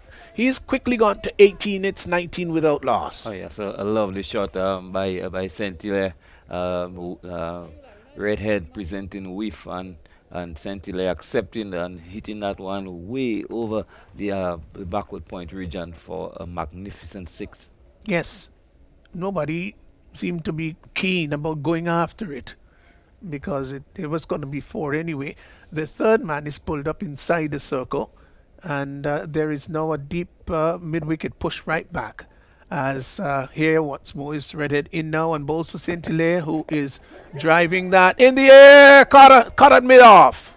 Well, maybe one shot too many, just one too many, and he was looking to hit that over the mid-off area, and the catch has been taken, and so the Blasters, they've lost their first wicket, and so Nicholas Redhead has made the breakthrough, got the wicket of St. Hilaire, caught there by Jeremiah. They're at mid-off of the bowling of Redhead for 18. Well, he probably would say that he played it his hands. 19 for 1, and the Ginger Generals, they have struck. Yes, an important blow struck by the Ginger Generals, getting the wicket of St. Hilaire. St. Hilaire, at the time he spent at the crease, he looked quite dangerous, and a good wicket there by the Bailiff Blasters. So, Devon Smith, who has seen it all, and I say seen it all from the context that he's played all different versions of games, and people may not remember this, but Devon did in fact play several 2020 games for the West Indies. Yes, he did. Yeah, Devon has been a long-serving member of Winner Islands Cricket, Grenada Winner Islands, and also the West Indies, and you know he has so much to offer. He's still a part of the Winner Island Volcanoes. So here is Redhead, Nicholas Redhead. He's going to move into bowl to Devon Smith, who's yet to score. He's there now, and bowls to Smith. Smith is swinging that down to backward square. Does it have sufficient to carry it over the boundary line? Does. 4. Well, he chased that down to the backward square area and did get a hand to it, but in the end didn't push it back sufficiently, and it came back on him and rolled over the boundary line. That was Thomas. So 4 runs to Devon Smith for the single ball that he has faced. I'm sure that Redhead wouldn't be very happy about that. Here he is again, brushing past the umpire, bowls to Smith, and Smith is hitting that in the air, down to the long off area. That's a fine shot. That's gone all the way. Hey, that's 6. That's a mammoth blow. Well, it just, what a blow to climax the over. Got under it and lifted it. So 2 successive boundaries, 1 a 4, pulled down to backward square, and a 6 hit straight as a pipeline, back over the bowler's head. And Devon Smith, whether that is a signal of things to come, we'll have to see. But the Bayleaf Blasters, well, after 2 overs, they're on course. They're 29 for 1. Yes, Devon Smith has come in and show his intentions, made his intentions quite clear, and that this was a lofted off drive with back over the big fast bowler's head, and no fast bowler likes to be hit back over his head. And an expensive over by Nicholas Redhead. Rather expensive. 20 runs coming off his bowling. 20 coming off his first over. And Daniel McDonald has been hailed into the attack. And he's going to move in now to bowl to Hodge. Here he is, bowl to Hodge. That's a bad delivery down the leg side. Wide, signal by the umpire. Well, he actually called wide and stretched out his hands like an aeroplane that wanted to take off. Here he is once more.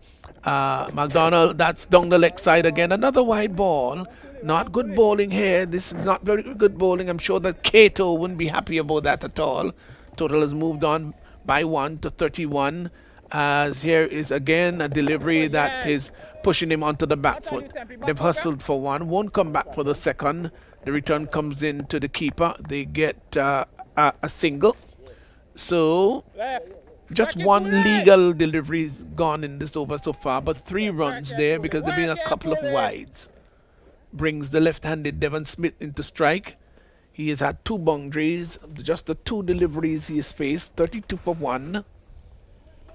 So they still need 103 or 47. It's a big asking rate.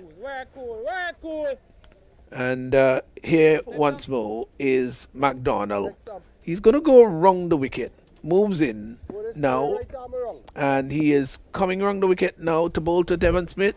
He's just about there. Bowls to Smith. Smith is pulling that through the mid-wicket area. He'll get just a single. They won't come back for the second. So 1 for him there to Devon Smith. And the total has moved by 1 to 33. Brings Kareem Hodge, who is on 2, into strike.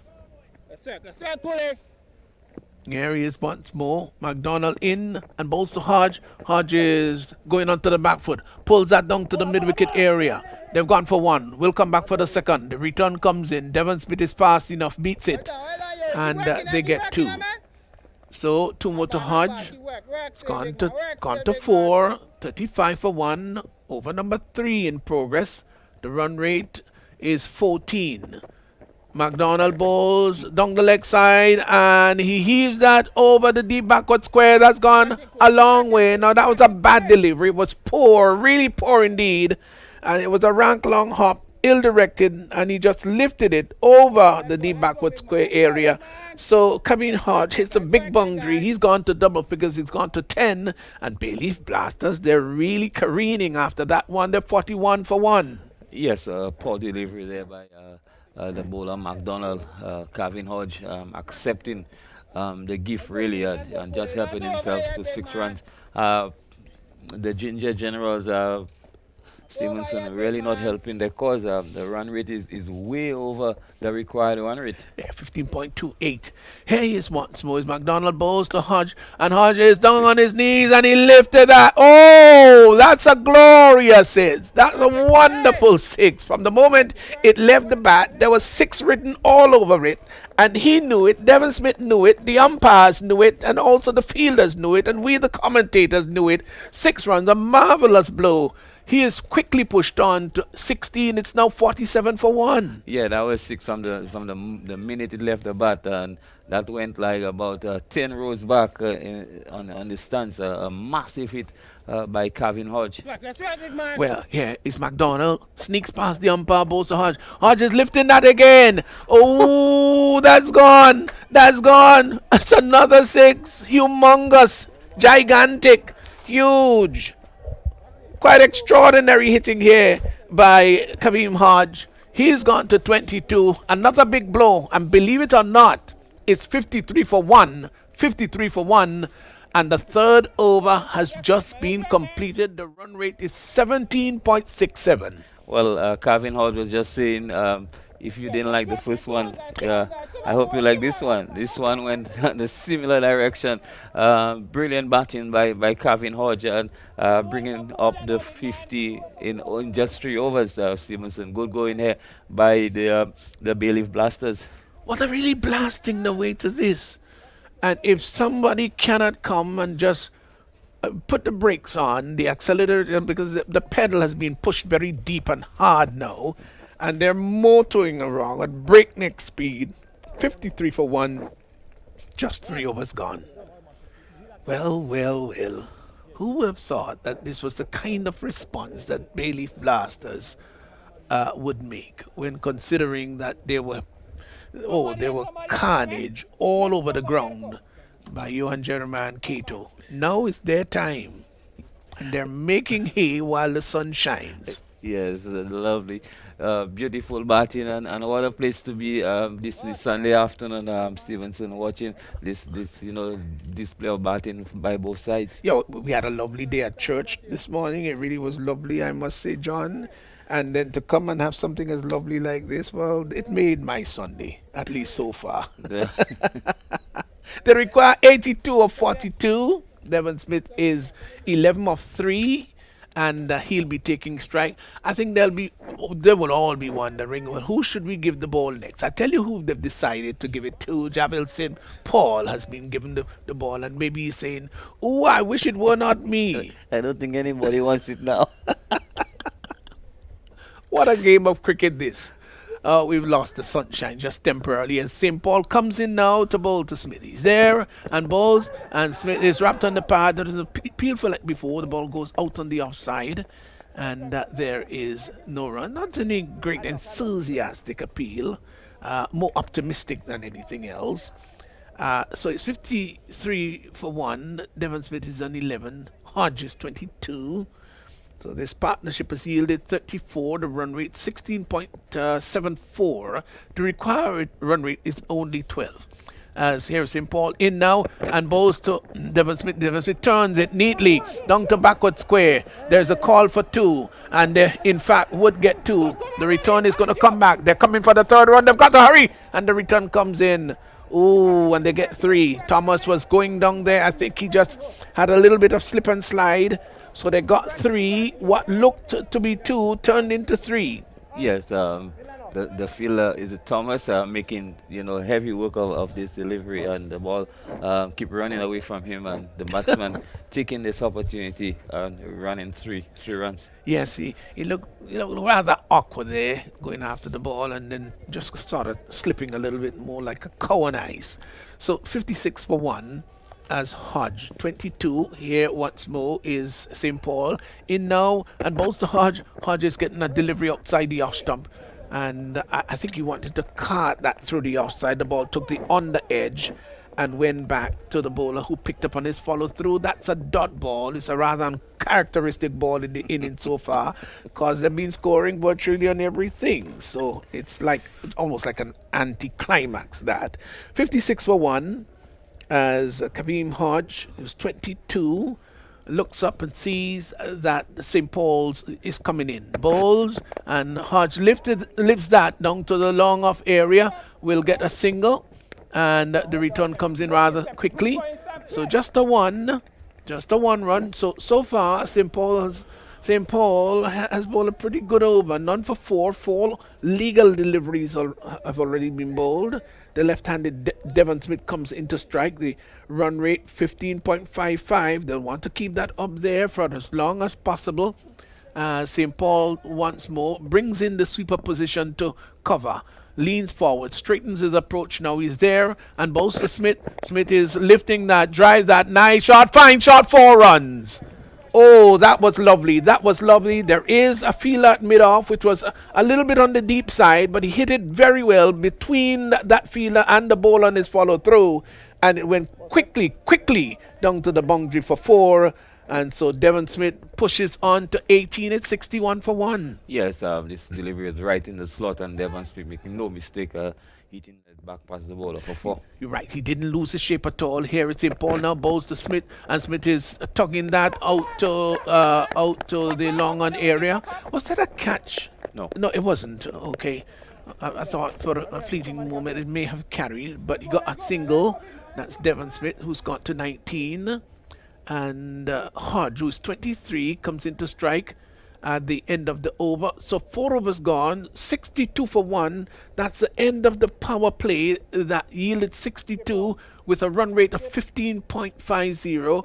They need to bat at 12.17. That's the required run rate.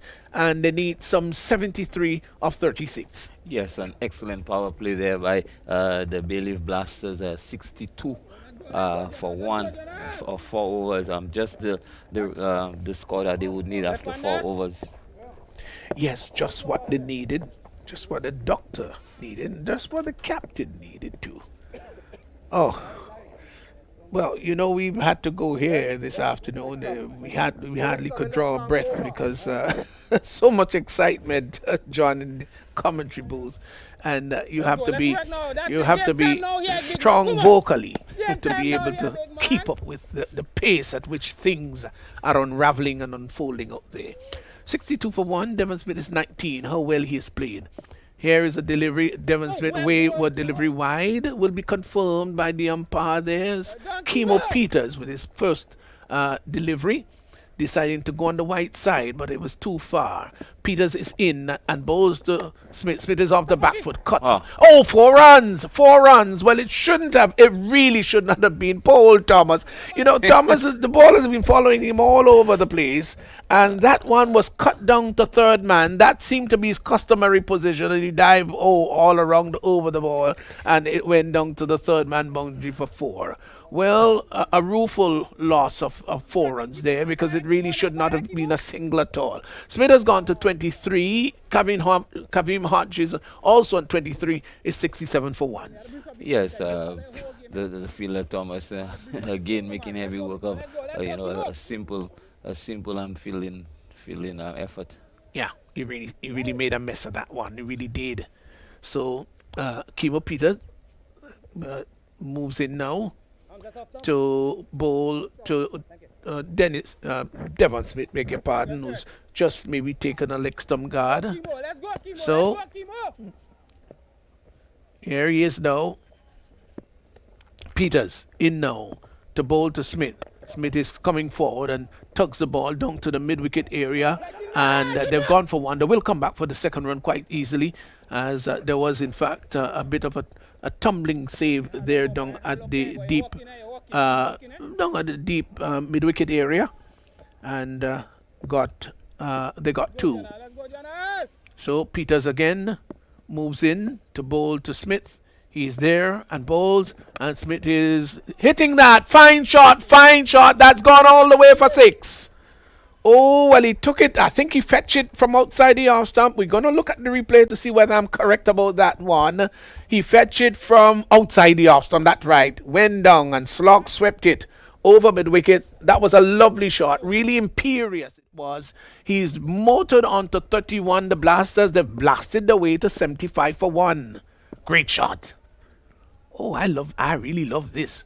Here he is once more. Peters in and bowls to Devon Smith. Smith is getting one wide outside the off stump. The umpire just opens his hands and says, oh, that's another wide. So 1 more to the total. Another outside the off stump. Just wondered whether Devon Smith was ready. Was he ready? Yes, he was ready. Yeah, the umpire. The umpire did not signal wide this time. No, and he didn't signal dead ball either. So here is Peters in now and bowls to Smith. Smith is hitting that back past the ball, and that's going to go into the boundary. Yes, it does. 4. Well, he struck that hard back past the bowler, and the fielder there in Jeremiah came across rather quickly there to his left, and it was a touch and go situation because it was hit so hard. Here is Jeremiah coming across, made a gallant effort. The ball cannoned into his body and then ricocheted over the boundary line. So that's another 4 to Devon Smith, who's gone to 35. It's 80 for 1. Here's a delivery that Smith is coming forward, drives the ball down to the cover area. They've gone for 1. We'll come back for the second. They've got to hurry. The return comes in. Oh, and the keeper doesn't gather quickly, doesn't gather cleanly. More drama, more excitement. And the Bayleaf Blasters, well, what a response here. 82 for 1, 82 for 1. Devon Smith is 37 and Hodges 23, and it's all excitement there. The run rate now is 16.40, 10.60 needed. 5 overs gone. We're at the halfway mark. It means that they need 53 of 30. Yes, very expensive over there by Peters, and the field is really not helping him, helping out. And Devon Smith playing a very, how would call it, an explosive innings. Yes. Oh, you got it right, Yeah. John. You got it right. Explosive. Yeah. It's not short of explosive. Well, you know, they used to call him shotgun. Shotgun, yes. Remember that? Yes, he's still shotgun. Still shotgun. He's a little slower now, but he's still shotgun. Still shotgun. Oh, remember the glory days, didn't you? Oh yes, yes. I'll enjoy batting if Smithy. Oh, it was a love. It really was a love. So, Redhead is hailed back into the attack. He's got 1 for 20 so far. He was roughly treated in his first over, and he's going to be moving into bowl to Hodge with 23. From the far end in beautiful sunshine, it's a lovely day this. Here is Nicholas Redhead in on both. So Hodge hits that in the air. Oh. That's going. It's going. It's still going. Gravity has just prevailed and pulled it down, but not before it went over the boundary line. That 6 runs, it was pitched up, and Hodge came forward, went right under it, and lifted it sweetly. The timing was majestic, and the result was imperious, and it went over the boundary line. 6 runs there to Hodge, who's got to 29, the total 88 for 1. Yeah, this was just a beautiful cricket shot. Just lovely, really lovely to look at. Gosh, I'm enjoying every moment of this. Here is once more Redhead in and bowls to Hodge. Hodge is getting away with delivery outside the off stump. The umpire looked rather closely and said, hey, that was too wide for my liking. He spread his arms out to suggest that that's a wide. Confirmed there. 1 more to the total. It's gone out to 89. 89 for 1. And the extras have now gone on to 5. So it's 5 wide that make up the extras. There is a third man. No sweeper down on the boundary, but there is an extra cover. Long off, long on. Deep mid-wicket.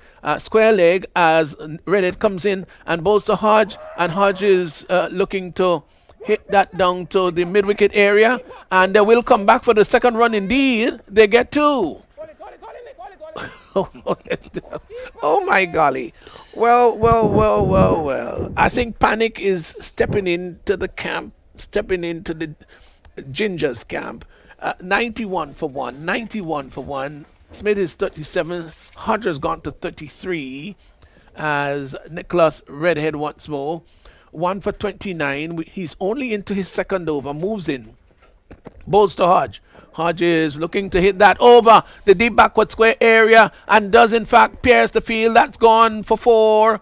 That's gone for 4. He went down on one knee and in a very skillful, dexterous manner just paddled it around, so to speak, lifted it down to the backward square area. He got 4. He's gone to 35. It's 95 for 1. Yes, Calvin Hodge really taking Redhead to pieces there. Redhead trying to bowl a slower one, and Calvin Hodge equal to the task and just lifting it over the backward square for yet another boundary. Yeah, he's taking him to the tailor.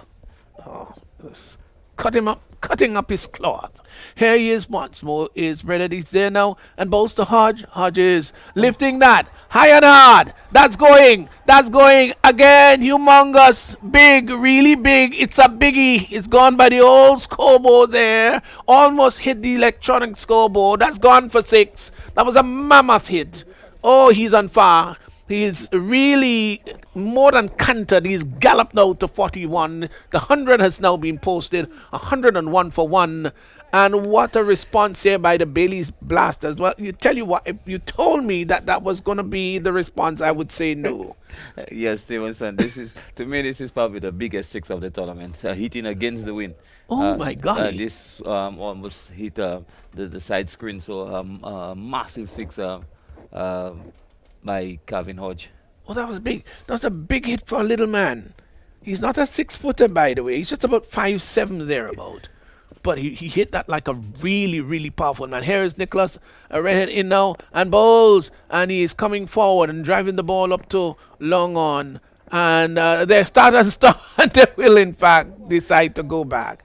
They thought for a moment. Both of them made some tentative exploratory steps down the ground, and the return came into the keeper's end. In the end, they decided, no, we better not do that, and they settled for one.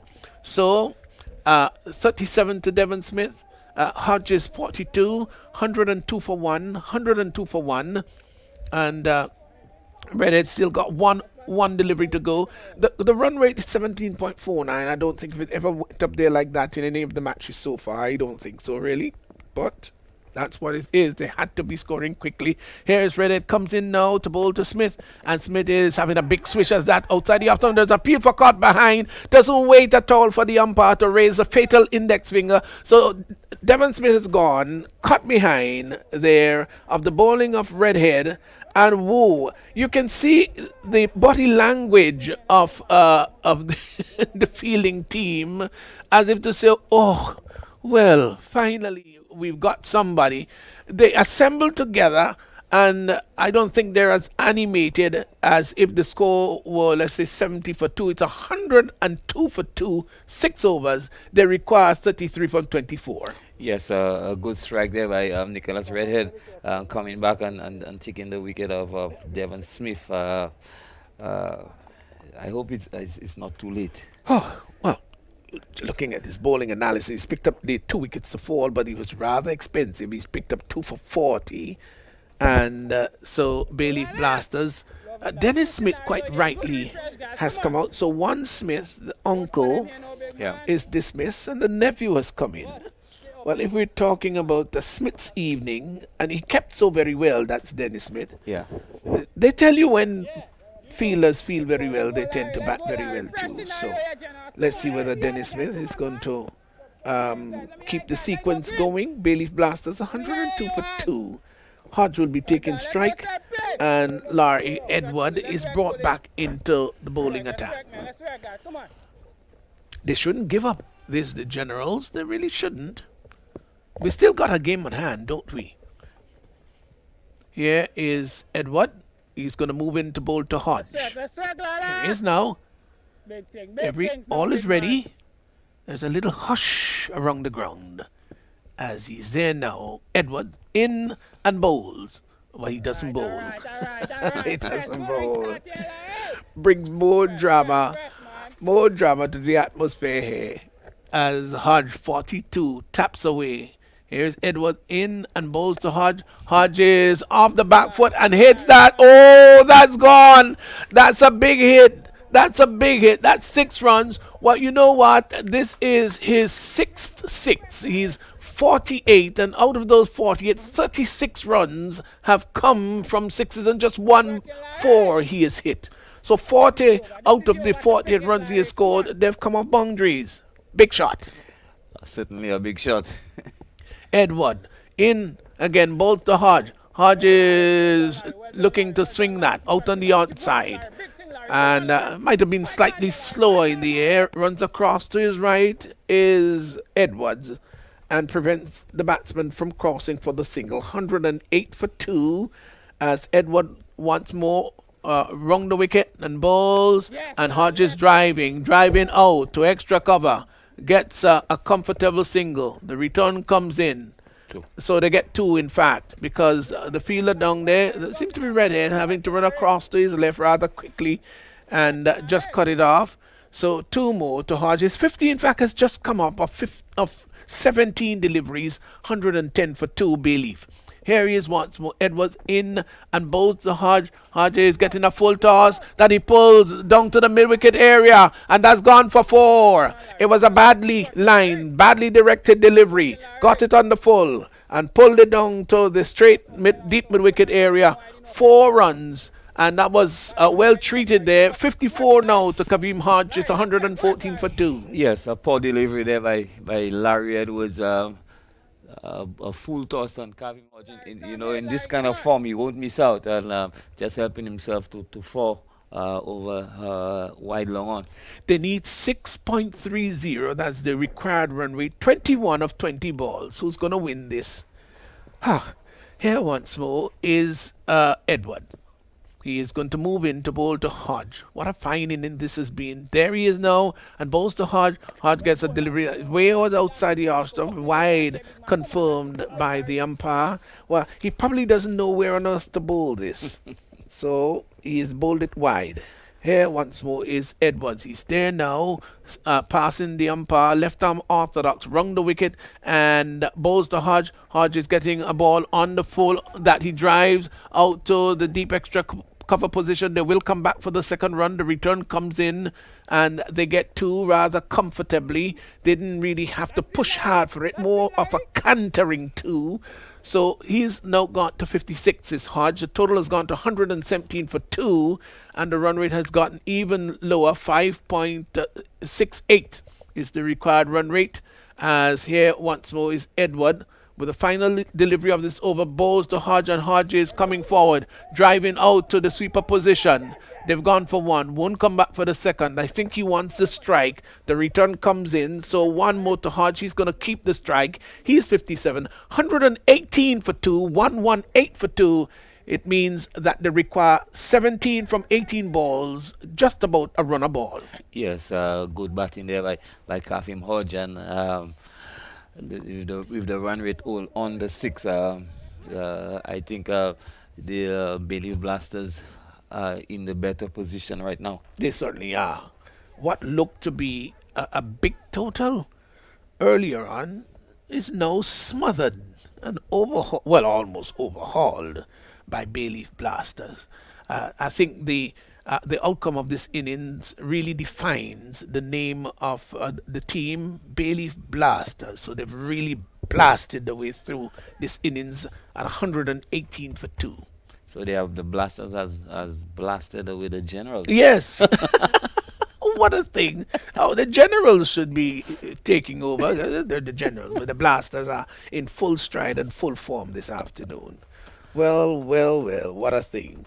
118 for two. It'll be Hodge taking strike, and Javid St. Paul, who's had a pretty decent over, none for 9, comes in now to bowl to Hodge, and Hodge is getting a short delivery that he pulls down to the deep mid-wicket area. It's challenging the boundary, and it goes over the boundary line for 4.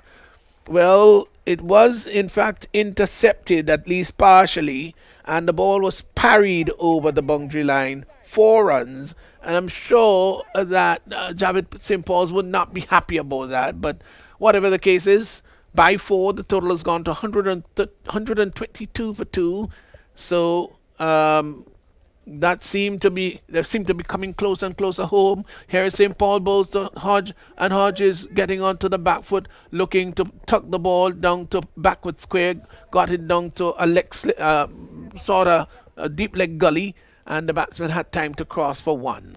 One more to Kavim Hodge, who's gone to 62. Dennis Smith, who's yet to strike, comes in now. He's yet to score 2. 123 for 2. As St. Paul, so far, none for 14.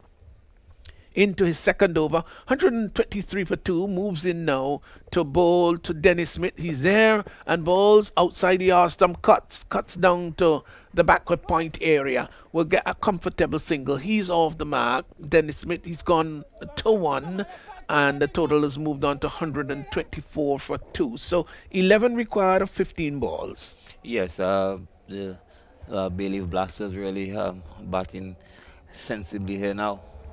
He moves in, St. Paul there now and bowls to Hodge. Hodge is onto the he's caught him down at mid wicket, went down on one knee and was looking to heave that over the deep mid wicket area. It might be Laurie Edwards who took the catch down there. We'll have to confirm that. Yeah. So what a fine innings by Kavim Hodge. Was caught down there on the deep mid wicket boundary for 62, and I think by all means he may have played his role and brought the Bailey Blasters close within sight of victory. But a wonderful cavalier innings by Kavim Hodge. Great innings of 62. He walks back, I don't think disconsolately, I think he walks back feeling a sense of pride and a sense of accomplishment. It's 124 for 3. Yes, a beautiful knock there by Kavim Hodge, 62.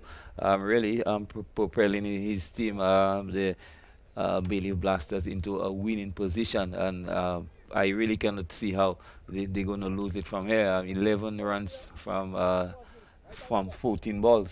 Well, the new batsman is Jelani Robinson, but Dennis Smith comes into strike because the batsman did cross a delivery that he clips nicely down to fine leg. He's got to hurry. The return comes in. Oh, that is a great return. The umpire says not out, but that was wonderful there from fine leg. And the throw plucked the stump out of the grounds, and the bail was patted all over the place. Wonderful fielding there.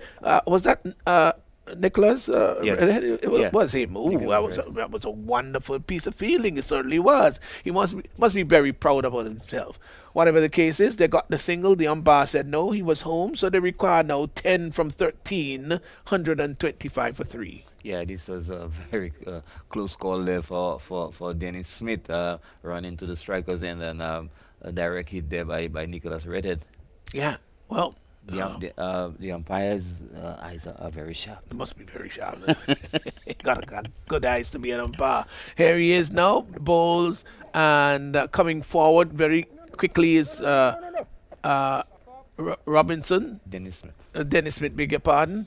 And the over is now called, and Smith will take, in fact, the over, which quite rightly, quite sensibly, 2. So Smith has now gone to 2. Robinson is 1. It's 126 for 3. 8 overs gone. They require 9 from 12 balls. And except somebody can come now in this over and bowl an extraordinarily good, accurate over, well, it looks very much as though the Bayleaf Blasters could have run away with this. Yes, Bayleaf Blasters put themselves in a very strong position, needing some 9 runs now of the last 2 overs.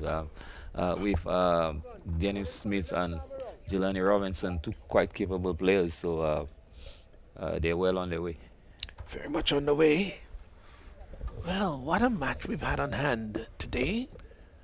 As here is Peters, bowls off the back foot is Dennis Smith, cards the ball down to backward point, gets a comfortable single. Total is moved by 1 to 127 for 3. Dennis Smith is 3 of 3, brings Robinson into strike. Here is Peters in. Bowls to Robinson. Robinson leaves that alone outside the off stump. Not very often you find that happening, but he feels that there are sufficient deliveries, left it alone. Here he is, Peters in now, bowls to Robinson. Robinson comes forward, pushes it out to short extra cover, can't score, so we've had 2 dot balls as Peters, none for 21 into his second over.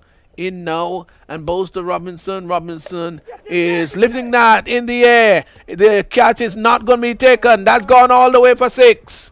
Well, he went under it and lifted it sweetly over the boundary line. 6 runs there to Robinson. He's gone to 5. It's 133 for 3, and just maybe one blow needed. Just maybe a blow needed to bring home this victory as Peters moves in and bowls to Robinson, who comes forward, turns it out on the onside.